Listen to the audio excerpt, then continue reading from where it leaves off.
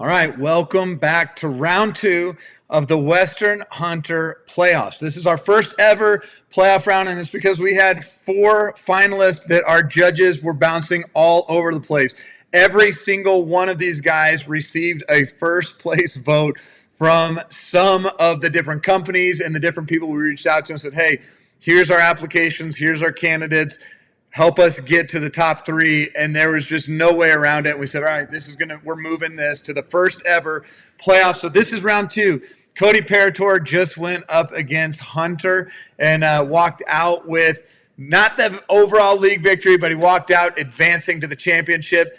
Right now, we've got Raymond Behrens, who was the 2022 Outdoorsman of the Year, a familiar face, going up against Brandon Anderson, the long-range master shooter himself. Brandon, we just did a podcast together talking about long-range shooting. Absolute incredible hunter. He won last year the Deer of the Year award. So both of these guys are previous league winners, and everybody knows why, because when you see their resumes, when you hear these guys talk, when you see the passion behind these guys, there is no doubt in your mind that these guys are in their blood Western hunters, and they represent it well. So sad news is only one of these guys can advance, and the people that are going to choose and select who between Ray and Brandon advances are the judges panel. And I want to introduce you to the judges panel right now. Many of you guys are familiar with Joel. This is Joel right there from HuntLeague Harvest. I mean, you just look at those pictures. That's just a stud right there in those photos. But Joel, I mean, this guy's got decades of experience. Decades also means he's old, but decades of experience, man, as a physical trainer, coaching some of the most premier athletes around the world, whether it's be football, hockey, lacrosse, all sorts of things. But he is really specialized in backpack hunting. He lives here in Colorado. We've been able to partner up. We've got a HuntLeague Harvest League inside the app that has actually revolutionized and changed some of the way that some of us are training, actually preparing us with science-based training and not just do hard crap until you get hurt and too injured to hunt training. So, Joel, welcome to the judges panel. I gave you too much of an intro. Introduce yourself to us, and I'm excited to have you back. I'm not sure how to follow that up. Number one, I appreciate that. And number 2, excited to be part of this. It's something where, as someone who's an avid outdoorsman, someone who, strongly encourages people to get out in the woods and be prepared for being in the woods, is just, the ownership behind it and the work that goes into being a Western big game hunter is something that I think is just very admirable, and it's something that we try and advocate for, and most importantly, something that we try and educate people on how to do a better job of. So I appreciate you having me. Thanks so much. Hey, Joel, this is the last year for a non-resident to get an over-the-counter archery tag in the state of Colorado. They're doing away with that next year. If somebody's on the fence right now as a non-resident thinking, man, I really want to go get an elk hunt in, it's coming in September, but they haven't done their training.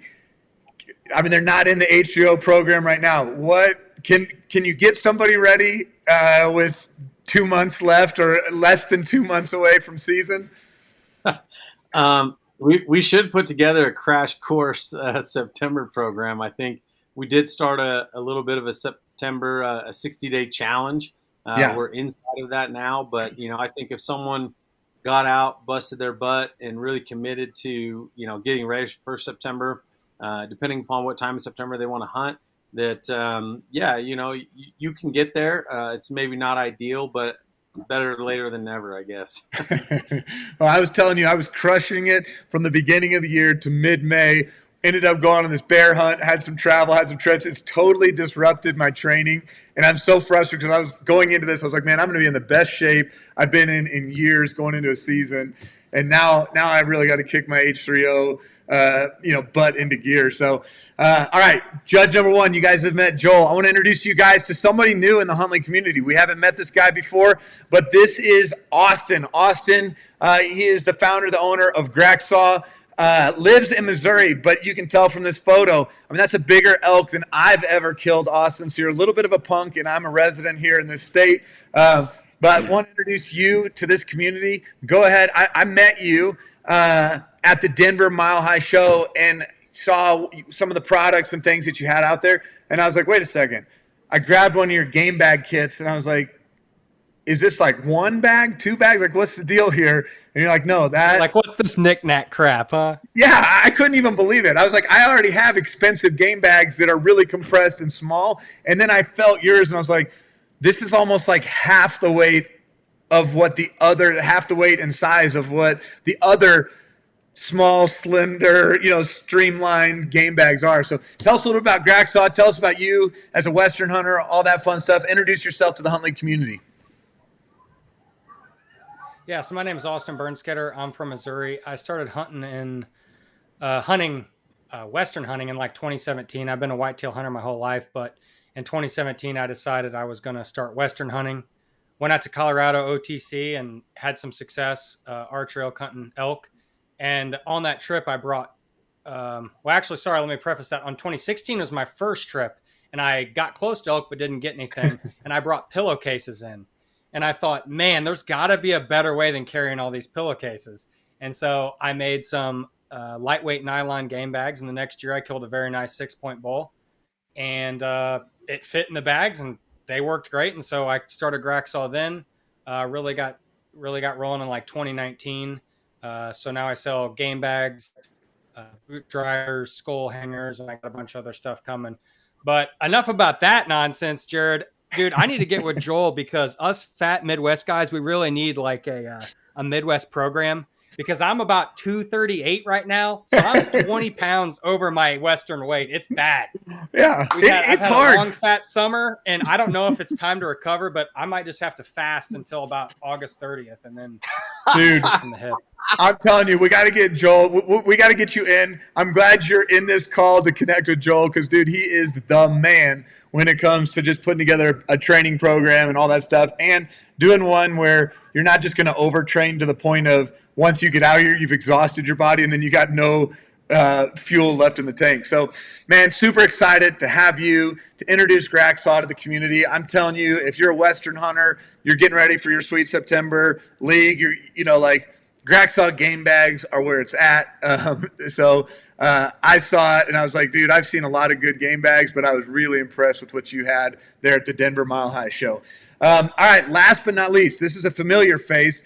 He was in the first ever Outdoorsman of the Year competition. This is Mr. Wolfgang Troxel, somebody from Oregon, and I had a little bit of a hard time putting an Oregon boy in because we had 3 of our 4 guys were all Oregon based. And I was like, man, I don't want to have any biases here, but Wolfgang is somebody that the community respects. Wolfgang's been a part of the Western Hunter Finals. Last year, he was a finalist. He's also been a finalist in the first ever Outdoorsman of the Year, a guy that consistently gets it done, puts in the work, but he also prioritizes work and his family. So Wolfgang, absolute pleasure having you on.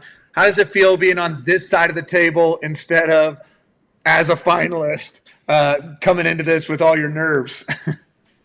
First asked me, I thought, that sounds like fun. But then I thought about it. I was like, man, that's going to be tough. I'm going to be one of the guys that actually decides who moves on and who doesn't.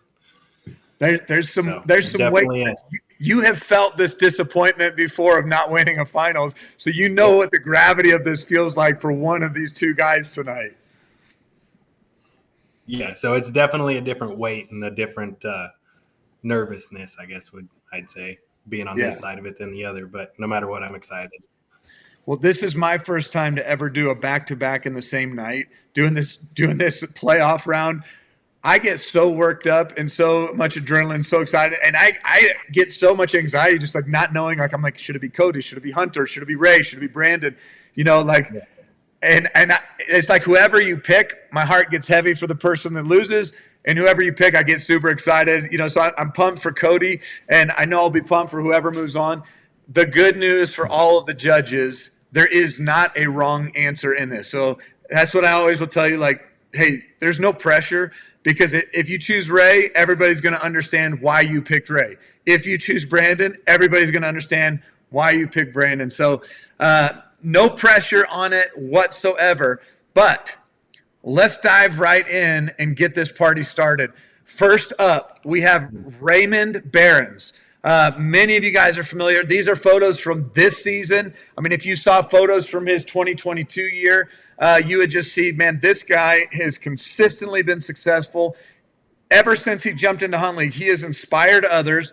He's given himself to conservation. He's got his family involved. I mean, you can see in 3 of these 4 photos, he's just surrounded by family. I love how he's passing things forward. I love how he shares his knowledge.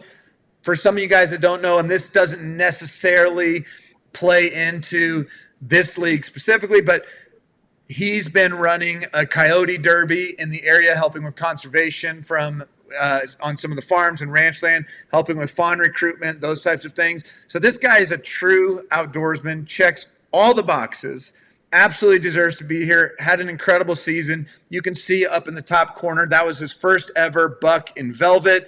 He was able to harvest a bear, able to harvest an elk, and that is not even starting to touch on the different things that he was able to harvest with his kids this year. Everything from, turkeys to bears to deer to did both your boys got an elk this year, didn't they, Ray?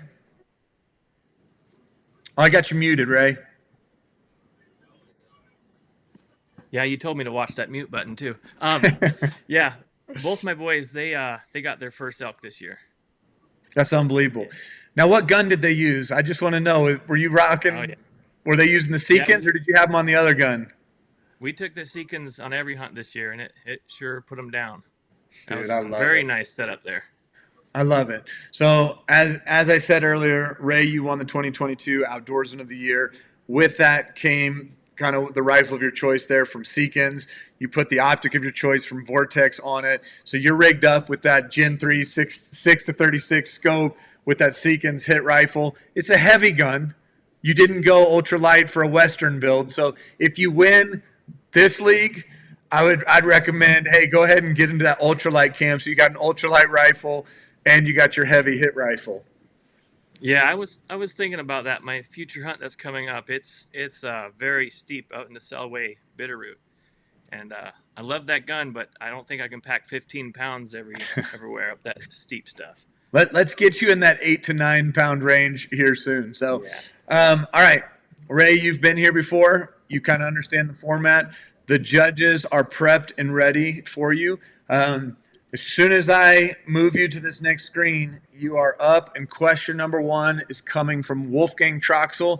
You have 12 minutes on the clock, my friend. Good luck. Hey, Ray, how you? Hey, Wolfgang, doing well. Good. Glad to hear it. Hey, so I think my first question is going to be, what made this season special for you and why?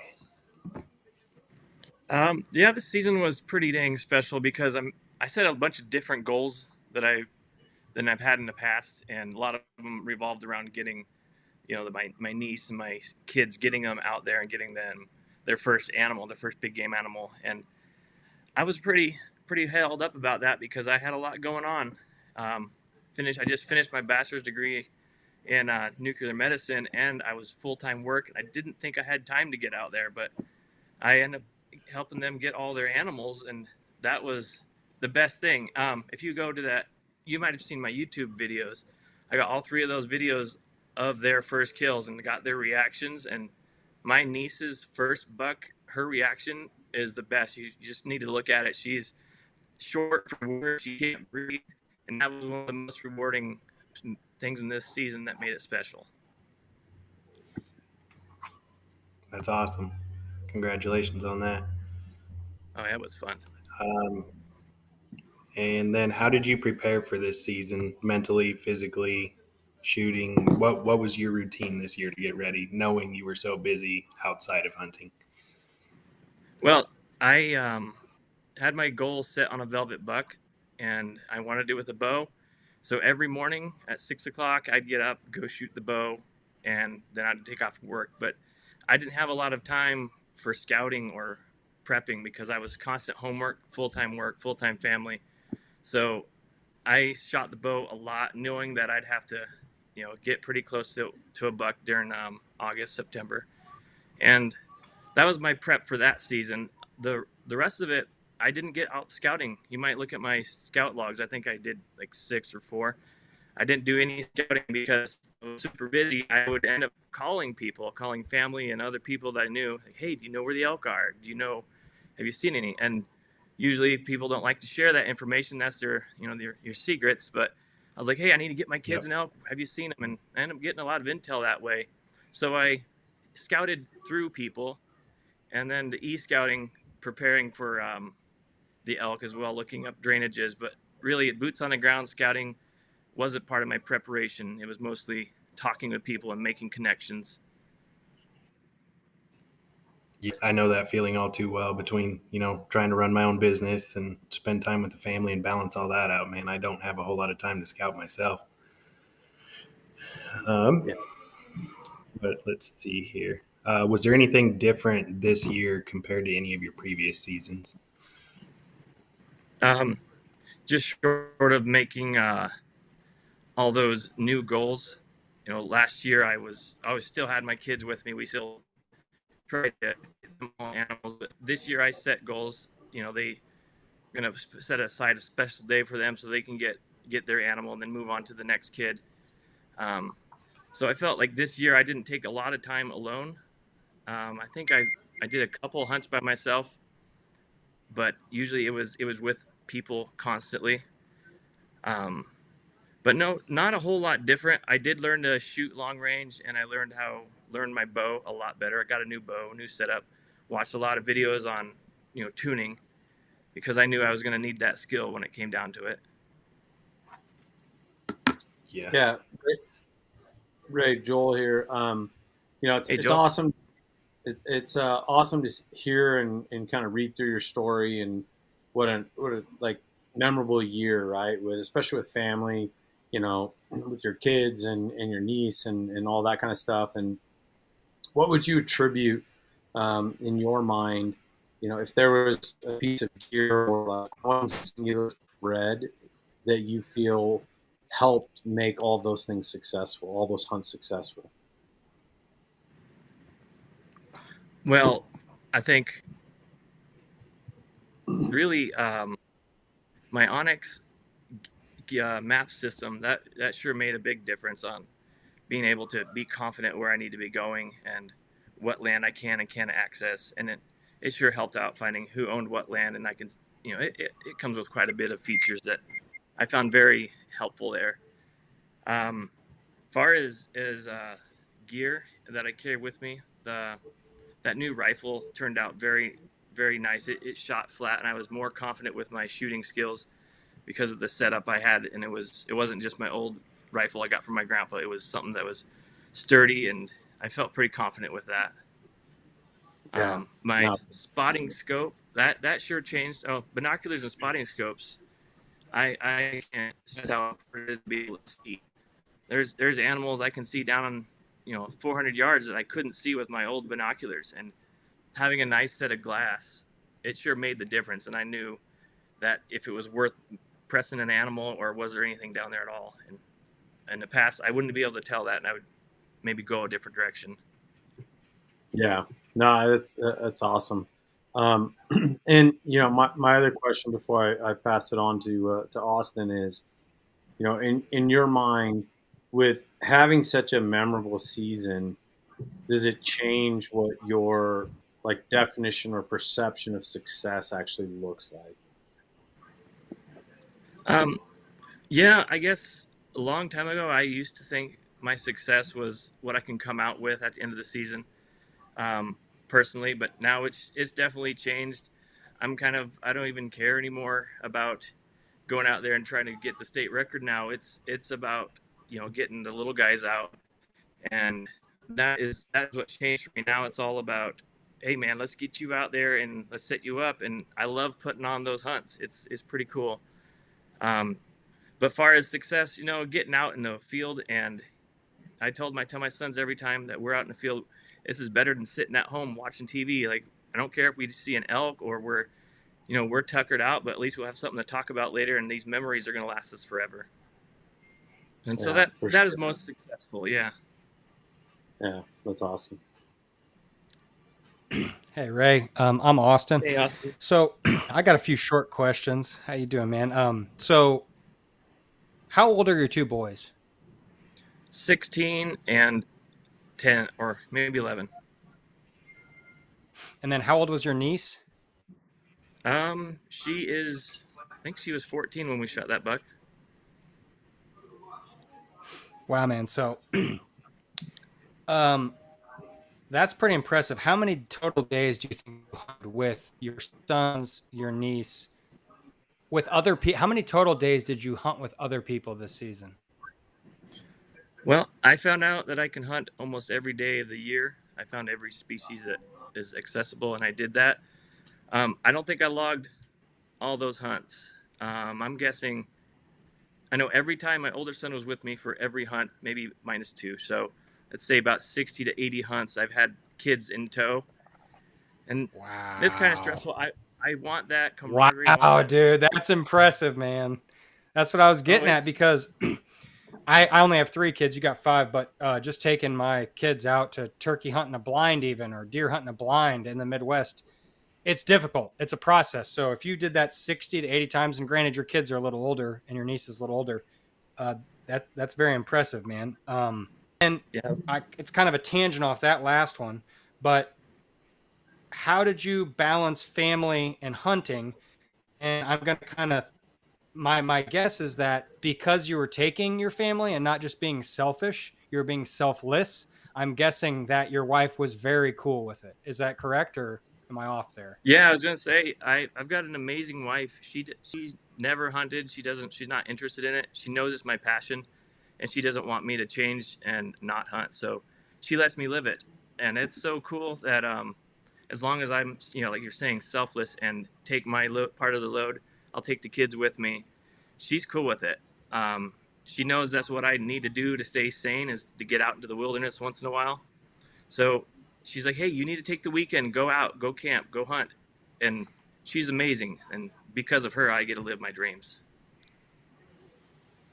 That's awesome, Raymond. Wolfgang? So I got hit with this one pretty hard last year. What have you done for conservation this year? Yeah, I stepped up my conservation because of the 2022 Outdoorsman of the Year. I didn't have anything to speak for that. So I went, I've given my money to Rocky Mountain Elk Foundation. I didn't think that was enough. So I signed up with the Washington Fish and Game to be on their volunteer list, and then you can just scroll down and see what jobs you want to do. So lately we've cleared unnecessary brush, not really underbrush, but like logs and sticks and stuff from the woods, make turkey habitat. So we're doing a lot of habitat restoration. Old farm fields that the Fish and Game somehow maintains now, we go through and we pulled fence posts and wire, cleared up a lot of trails that way. And then we went also and planted, I think it was 1,100 trees, and only like 6 people showed up. So I brought my boys, and at first they were hesitant to go, but then he's like, "Oh, this is actually pretty fun, Dad. This is cool." And I'm like, "Yeah, it's a rewarding. You don't see the reward until you're in the middle of it." And so with those conservation efforts, I found out that we're giving back to the community that we take from, and it turns out to be quite the reward. They give us these opportunities to hunt those public and private lands that we helped go do habitat restoration. Now we have a pass to go there this year for birds or anything, and it's pretty cool to get involved like that. Yeah, Oh, that's awesome. also, It's awesome that you got your boys too. I guess they mentioned the Coyote Derby earlier. I've been doing that for about 4 years now, talking to farmers and trying to do some predator management, because when I was a kid, we used to shoot deer and have no problem. But as of late, it's been low deer numbers. So I started researching, predator impact on deer species, deer herds, and started this Coyote Derby. And it's picking up pretty good. And I'm hoping pretty soon our deer numbers are going to turn around. Yeah, that's awesome. I might have to come over and join you for that one of these years. Joel, you have anything else you want to add? No, I think that's a pretty good plot of everything. So thanks. Thank you. Yeah, Raymond, it was an honor interviewing, man. Yeah. Oh yeah, thanks for taking time with me. This was nice. All right, so that's Ray's interview. Ray, go ahead and stick around for just a second. I'm going to bring the judges here. One thing I did in the previous one that I'll just hit a little recap, just to kind of splash some stuff in there. Based on what was visible in the app this year, based on the 4 finalists, the guy that actually led the leaderboard was a guy named James Mansanti, and he did not turn in his application to qualify for the Western Hunter, but he would be like a shoe-in. He would have been a shoe-in finalist. But Ray was actually, of the 4 that are in here, had the highest points on our leaderboard, followed by Brandon. So you guys have Ray and Brandon who had the most points collectively. And part of the reason, you'll see why, in the home screen of the app, there's a daily challenge where you have invest, train, and shoot. And Ray checked 462 of those boxes last year. Training. And I mean, even if it was just like a hunt box, of what he logged in the app, he logged that we can see and count 4 scouts and 58 hunts. Now, granted, like some people, I think some of the knocks that I've heard is like, well, he's not out there, like in some people's perception of like backpack hunting for 20 days in a row or something like that. Like he's able to come home. He has access to the woods closer to home, but still, to be a family man, to be pursuing school, to be doing all the things that he did, to log 58 hunts in a year. And that's only what he logged, not how many he actually did. I mean, that's unbelievable. And then from a community standpoint, Brandon was actually the number 1 guy of these 4 with his community involvement based on just our structure, our point system, how often he was posting, commenting, fist bumping, those types of things. He had 326 daily challenge boxes, had 18 scouts, and 66 hunts logged during the season. So nobody in the contest logged more than Brandon in terms of scouts and hunts. So he had just an absolute incredible year himself. So I'm going to flip to Ray real quick one more time. Ray, I just got to say, congratulations on another incredible season. I mean, I know your 2022 was amazing, and that's what put you at the front. And you have only continued to grow and make progress. And, as our judges panel, as people have pointed out, any types of potential flaws and weaknesses, man, I feel like you have addressed those things, and you check every box for our judges and for our community. And so I just want to say thank you for being a part of our community, a huge, valuable member of our community. I can't wait to start getting more HuntLeague users up to your derby. Like listening to Wolfgang, it's like, all right, one of these years I've got to make it up there. Maybe bring some of the guys from Vortex or something out with me. It'd be awesome to get Josh Greer from Stag. From Arcan Optics. He's right over there in Montana. Get some guys from Stag. It'd be a ton of fun to be out there with you. So, any last words, anything that's on your heart, head, mind that you want to share before we jump over to Brandon? Muted. Got you again. There you go. No, it's been fun. I was super nervous coming in here, but you guys made it very comforting and felt like I was just talking to a bunch of guys around the fire. This was great. And nice animals on your wall, Wolfgang. That was pretty cool. Thank you. Yeah, Wolfgang's known for getting it done sometimes. All right, let's shift gears. Ray, you can sign off. Check it out. Follow the rest of the live video. We are going to announce it in the live video tonight. So switch on over to YouTube, and I'm going to bring in none other than Brandon Anderson. I mean, if we just went around, I should have put yardages on these different animals here. I know that the elk on the far left, he helped his fiance get that at 998 yards. The deer in the top middle was a California buck that he went, so he's an Oregon boy, but as a non-resident, went down there, ended up picking this deer out of his bed, couldn't lay down for a prone shot, took an offhand shot, I believe over 500 yards, dropped this deer in his bed. When we talk about long-range shooting, there is nobody in our community that I feel like represents this better than that man that is on the screen wearing his Guard the Gate hat straight up from Bear Hunting Magazine. So, Brandon, welcome, brother. This is your time to shine. I am super pumped. You won the Deer of the Year title. That just outright went to you. If there was a long-range shooting title in the app, that would have gone to you as well. But I mean, we are ready, my friend, to have you kind of share your story from the season with the judges panel. This is your first time, if I'm not mistaken, to be in front of the judges panel. Is that correct? That is correct. Well, without any further delay, my friend, let's get you in front of the judges. You've got 12 minutes on the clock. Hey, Brandon, how you doing, man? Good. How are you? Good. It's a pleasure to meet you. I'm just going to jump right into it here. So what kind of adversities did you face this year? The biggest adversity is hunting public land. I feel like just out there with everybody else, still getting it done, plus still helping tons of other people. I'm not one of those guys that's super secretive. I like to see other people have a lot of success. So if there's a man and a woman and they're just looking for a meat buck, I don't have any problem, pointing one out. So I'm out there with everybody else, hunting public land, trying to get it done just like everybody else. But I also have a little higher standard than everybody else. So Yeah. And what do you attribute your success to this year? a lot of my success is just from past knowledge. My father took me hunting at a very young age, and I've been my number one hobby since, and just the confidence to get it done and the knowledge that he's passed on to me. Yeah. It's definitely a benefit when you have somebody to start you young. And what did you learn this season compared to others?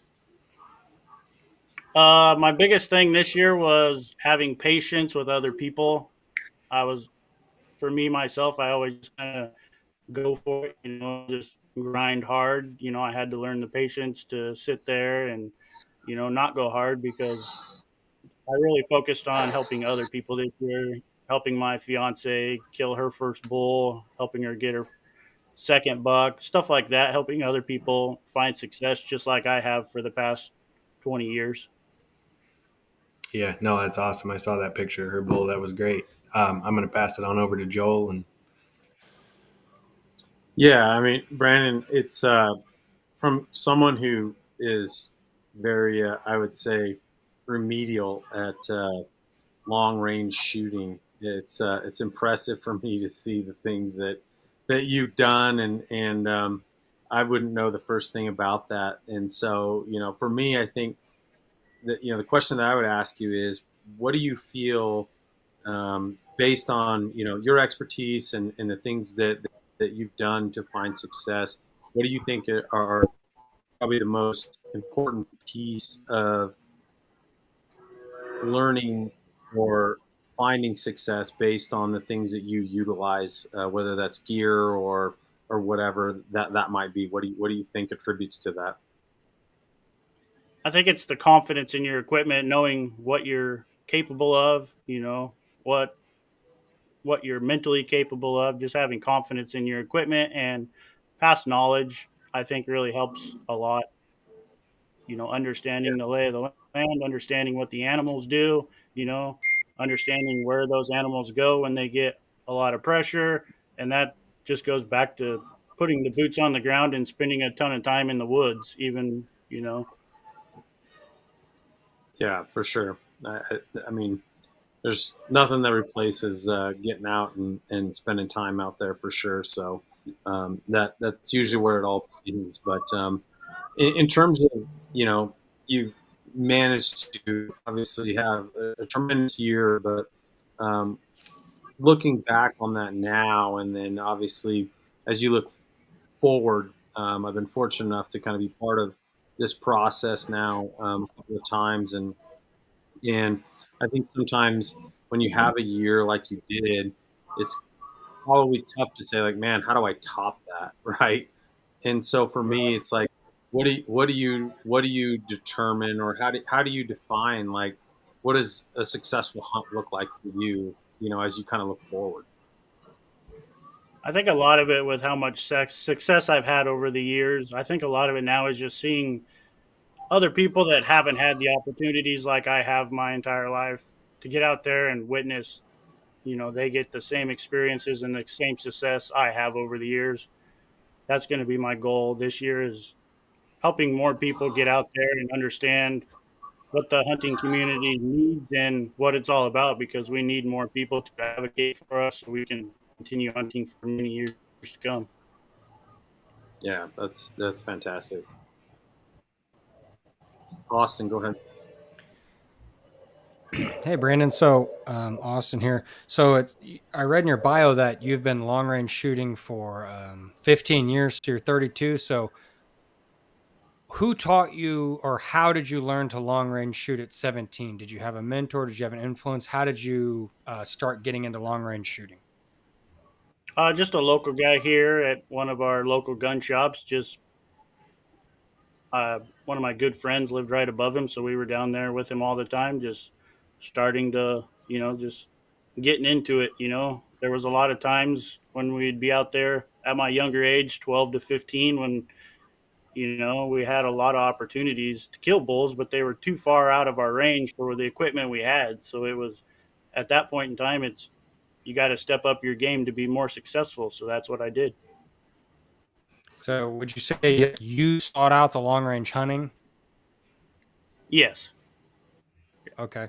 And then I'm guessing I know the answer to this, but you hand load, right? I do hand load every one of my guns. I don't have any guns that shoot factory ammo. Yeah, that a boy. I shoot long range too. Okay. And this is kind of a technical question, but how do you do your how do you determine your most accurate load? Do you ladder test? Do you group test? Like what do you do? What is your preference for determining your most accurate load for your hunting rifle? We group test all of our stuff, uh, just based off prior experiences. Moving, kind of have a good idea where to start and what it's going to shoot. So we just kind of stick with the group testing. Ladder test is a great thing if people don't really know where to start or what, but with the experience I have, just group testing, kind of knowing, I write down every gun I work up a load for, just kind of write down the numbers. So I have a pretty good idea what, that caliber, if I load another one, is going to be close to.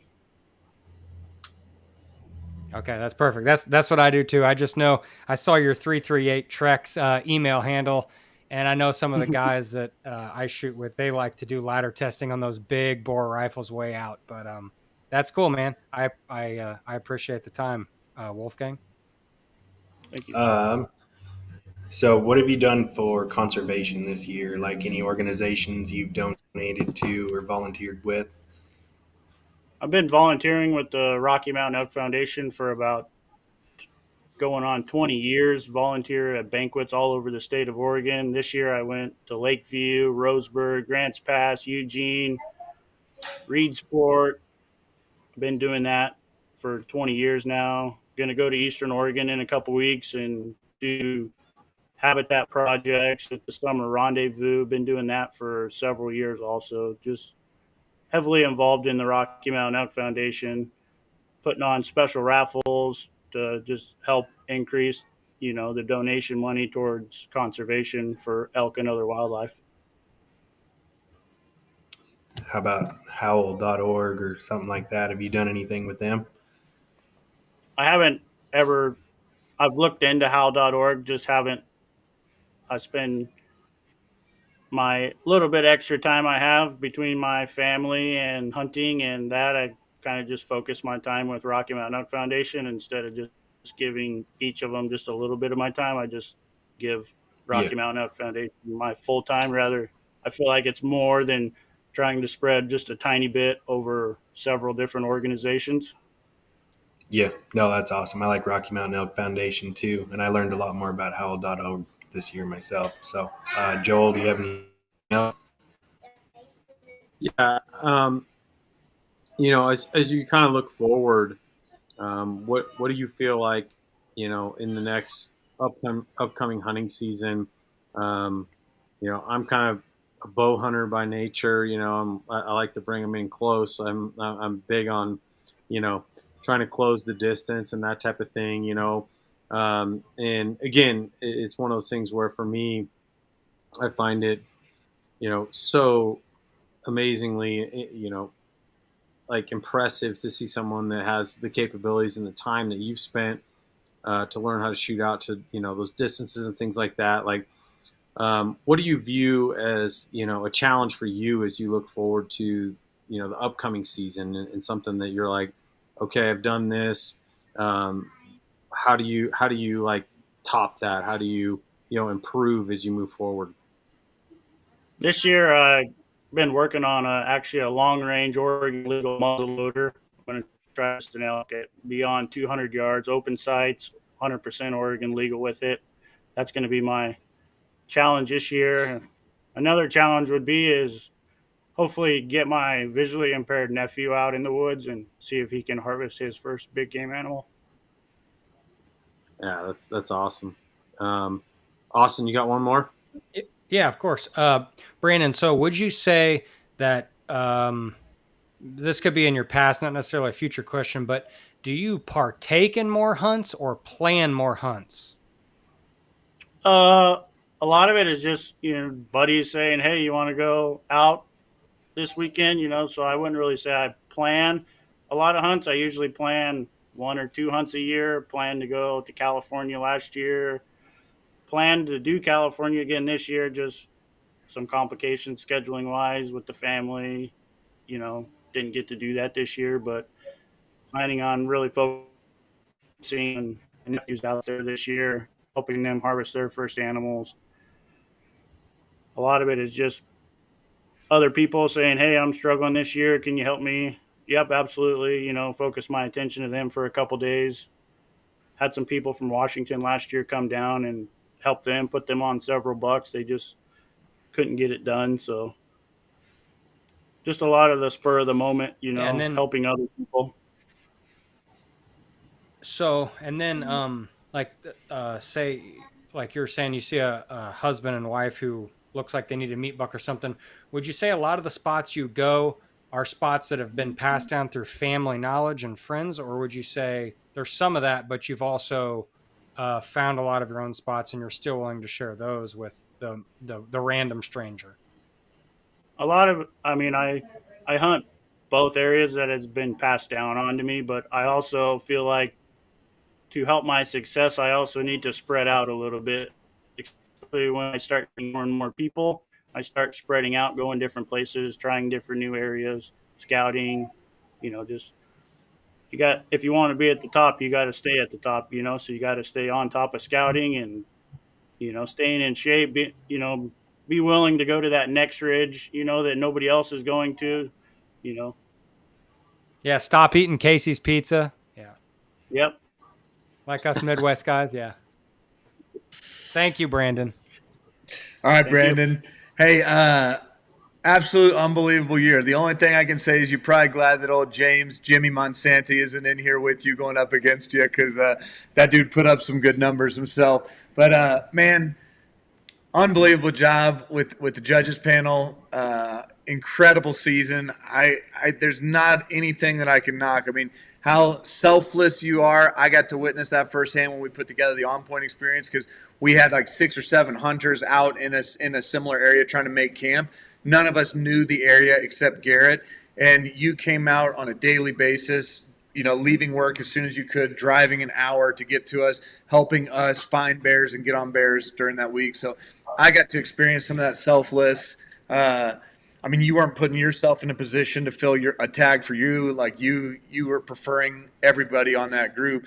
And then you've taught me a whole lot about calibers that I've never heard of and guns and all sorts of nonsense. And I'm like, that's so far beyond me. I think when Joel was asking you the question what you could work on, we might have to teach you how to shoot a normal caliber, like get you to a 6.5 Creedmoor or something that'll feel like a BB gun. Hey, is there anything though, last words that you want to share with the judges panel? Anything left in the tank where he's like, man, I just wanted to let these guys know this or just thank them for whatever. But I'll let you kind of give your last words, and then you'll sign off, and we're going straight to the judges panel. Just a guy that loves the outdoors and loves hunting and wants to see other people get to have the same experiences that I've had over the last 20 years of hunting because of my father raising me to be a good hunter and be a good conservationist. Just I want to see more of that because the hunting community is dwindling slowly, and pretty soon we're not going to have it if we don't get more people involved. And so getting kids involved is a big thing for me, and helping just random people that, struggle to kill a deer. I'm, like you said, I'm not selfish or at all. So I want to see other people have success just as much as, if not more than myself. Yeah.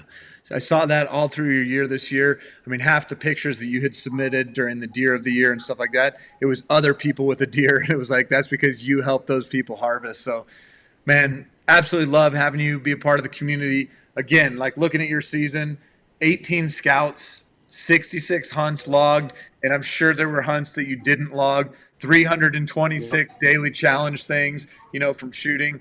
You finished on top in terms of community involvement of the 4 finalists that are part of this. I mean, there's not anything that I would say, man, you're missing this on your resume. Maybe to Joel, you're missing some bow hunting. I think that may be the knock against you there. But it's like, yeah, but what you can do with a rifle, I'd like to challenge any of these other guys to put it and compete with you on that level. So you're a master of your craft. I was going to pick up a bow this year, but I drew my muzzleloader tag again, so I decided to stay with the muzzleloader tag.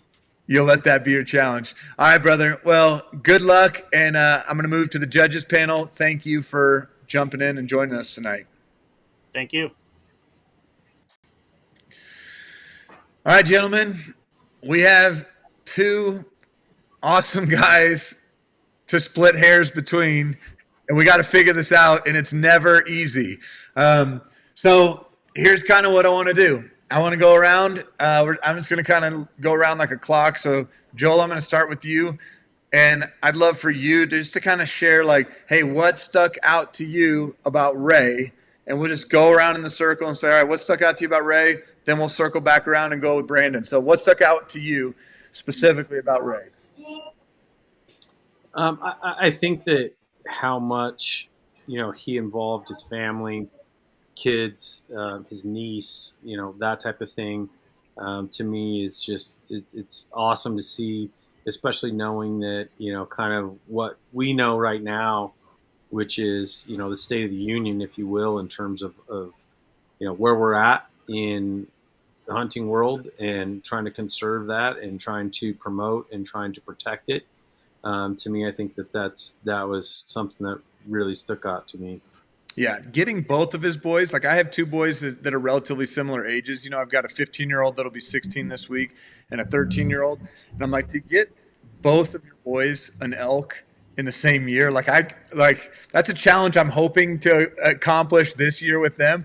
But I mean, that just feels so daunting. And not only did he do that with his 2 boys, but he got one himself. And I'm like, that's an unbelievable year. So, Wolfgang, what stuck out to you about Ray?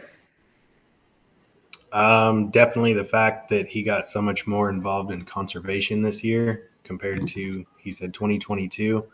And the fact that he actually had his boys involved as well in some of those volunteer trips that he went on. That was pretty awesome. And I mean, honestly, that guy's just Mr. Consistency when it comes to hunting the West. Yeah, no doubt about it. Austin, you're new to both of these guys. You don't have any experience. You haven't been able to follow them through the season. So this is a fresh take. You read their applications. Now you met them face to face. What sticks out to you about Ray? Dude, what both these guys said, but I mean, the family, how he's able to balance the family and hunting, get all those hunting days and I only have 3 kids. He's got 5. I can't even imagine, man, how to do that. That's totally crazy. Then being successful with all of them.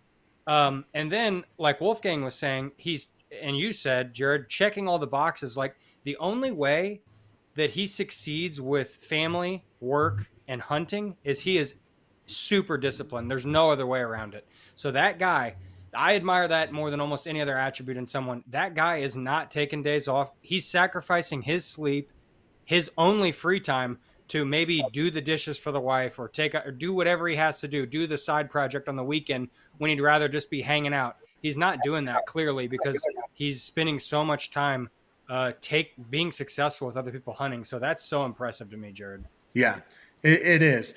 Like I was telling you guys, there's not a wrong answer here. These guys are not slouches at all. I mean, when you look at these guys and the work that they put in, the body of work, I mean, it's like we just came out of another round with Cody and Hunter, and I'm just like, how do you have this level of guys, just collectively in here, and with other guys of this similar caliber sitting right on the outskirts? I mean, we're down to the final four, and it's like, man, these guys are legit and unbelievable hunters. So with that, what sticks out to you, Joel, with Brandon? Well, I think that there's, probably two things to me, which is in order to be successful at the type of hunting that he does, it requires so much commitment, right? And I think that if you're going to take animals at the ranges and things like that he does, which are just so like far beyond my like comprehension, it's loading your own ammo, it's testing it, it's practicing, all those things. To me, it's just amazing.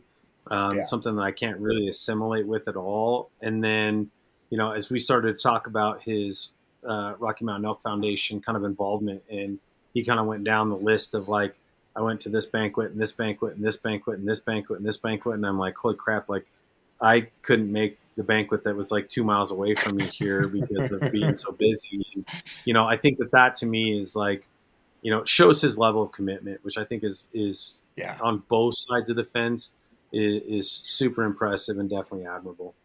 Totally. Even to Wolfgang's question about how, like sometimes I feel like we get ourselves so spread thin that we can't make an impact, but like he's intentionally said, like, I'm going to make an impact, and that is going to cost me multiple weekends, because sitting through a banquet, I mean, if we're just being honest, it's not necessarily the most fun thing to do, but that guy goes to banquet after banquet, guarantee he's helping set up, he's helping get products, he's helping them raise money, he's giving money. I mean, that's over the top effort for a guy in his early 30s, because he sees the value of conservation. He sees how important it is to pass this stuff along to others. So, I mean, I can't knock Ray on his conservation efforts at all. I can't knock Brandon. I'm like, oh my gosh, like where does the differentiation start to happen? So anyway, Wolfgang, hit me, man. What stuck out to you about Brandon? Kind of the same thing, just as committed as he is to the Rocky Mountain Elk Foundation and dedicated, going to all those banquets. And it sounds like he still has more coming. I mean, I don't know where you come up with the time for that, but that definitely stuck out to me a lot. And just the fact that he talked about like just helping random strangers and telling them where to go just to go kill a meat buck or something.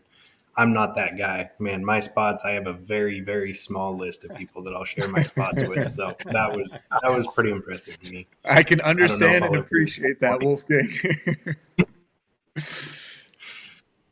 All right, Austin, how about you, brother? Jared, actually, the most impressive thing to me was something that you said post-interview about him, which was him jetting out after full days of work to help everyone else, and all his photos being of other people's bears. Like, that's pretty awesome. And of course, you're saying, he's selfless, because he'd never mentioned that through the whole interview with us. It was you brought it up, and that's really impressive, man. Working a full day. I don't know what he does. I saw his tan lines around his eyes. He's probably outside working his ass. He's doing some hard labor.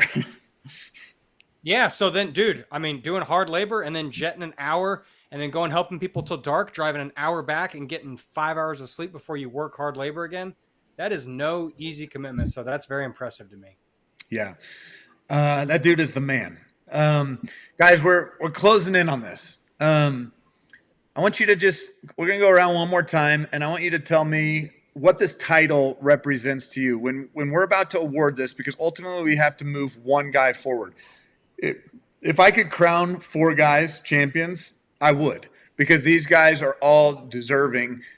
But ultimately, like the way these leagues are set up is, I mean, this is the playoffs.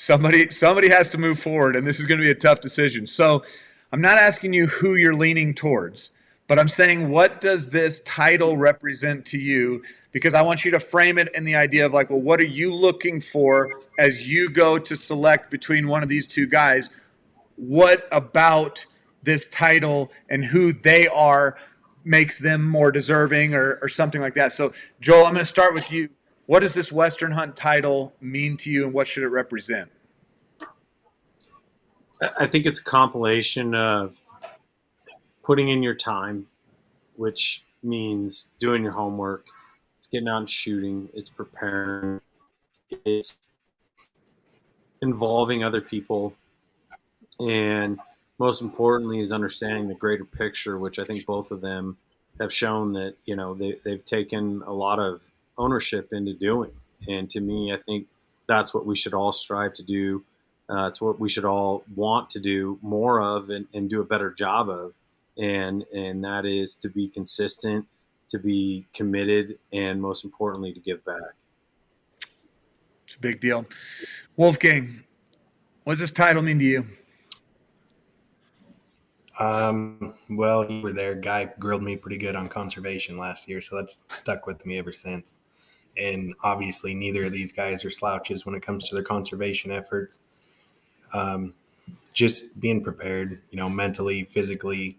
Like I said, I don't know how Ray does it with his work schedule and school and everything else, man, that I'm impressed by him. But Brandon, it sounds like he is just as involved when it comes to getting kids out and helping others. And I think that's a big thing for me. It's just being involved and helping others, passing on the knowledge and yeah. I would be interested to know, even if we're just graphing this out point wise, how many people did they assist last year in harvesting a Western big game animal? Because it's like, I don't even know who would come out on top of that. Because I know there was at least 4 that I saw on Brandon's side, if not more. And the same with Ray. And I'm like, I don't know, like those guys are just machines. And I'm like, how do you differentiate? So Austin, here you are. You live in the Midwest. You're a Western hunter, though. You understand what it means to come out and make these sacrifices. You, as a Midwest person, have an idea of what it means to be a Western hunter. And there's something about this that I think you have maybe somewhat of an outside perspective, but you've also made gear and stuff seeing the holes of what you want to see in the Western hunting market. So I think you've got some ideas, and you're a company. You represent a brand. So what are you looking for from a brand perspective? And as this Midwest hunter, when you think of the Western hunter and who should wear this crown and be crowned with this title, what does that mean to you? I would say it's the legacy they're passing down, and I don't mean the big bucks and bulls on their wall. Like, that's great and that's important. That helps establish credibility. Obviously, anybody who goes into a room and this guy's got 10 350-inch bulls, they're like, wow, this guy knows how to hunt. But that's only part of the equation. The other part is the legacy they're leaving for others, and they're helping others with, whether it's their family, strangers, what have you. That's probably the more impressive part, because, I know a lot of lunatics here in the Midwest that they go out every year and kill a big bull, but they don't help anybody do it. They don't talk to anybody, and that's hard. That's not easy. But to do both of those things is very difficult. And I think both those guys have done that. So that's kind of what I value as the most important thing and what the Western hunter should be. Yeah, I appreciate it. You guys, I value you guys as judges. Every one of you guys brings some experience, knowledge to the table. You have a hard choice to make right here. The way that we made this choice in the last round was, I said, all right, I want you to settle in your heart instead of going around now and debating, because I think if we start debating, we can talk honest to God, you guys could talk me into going any direction right now. Like I thought going into this, I was leaning one way, and then I go through this interview and I'm like, my goodness, this is a 50-50 split, and I don't know who I would vote for, but I need you guys to be the decision makers here.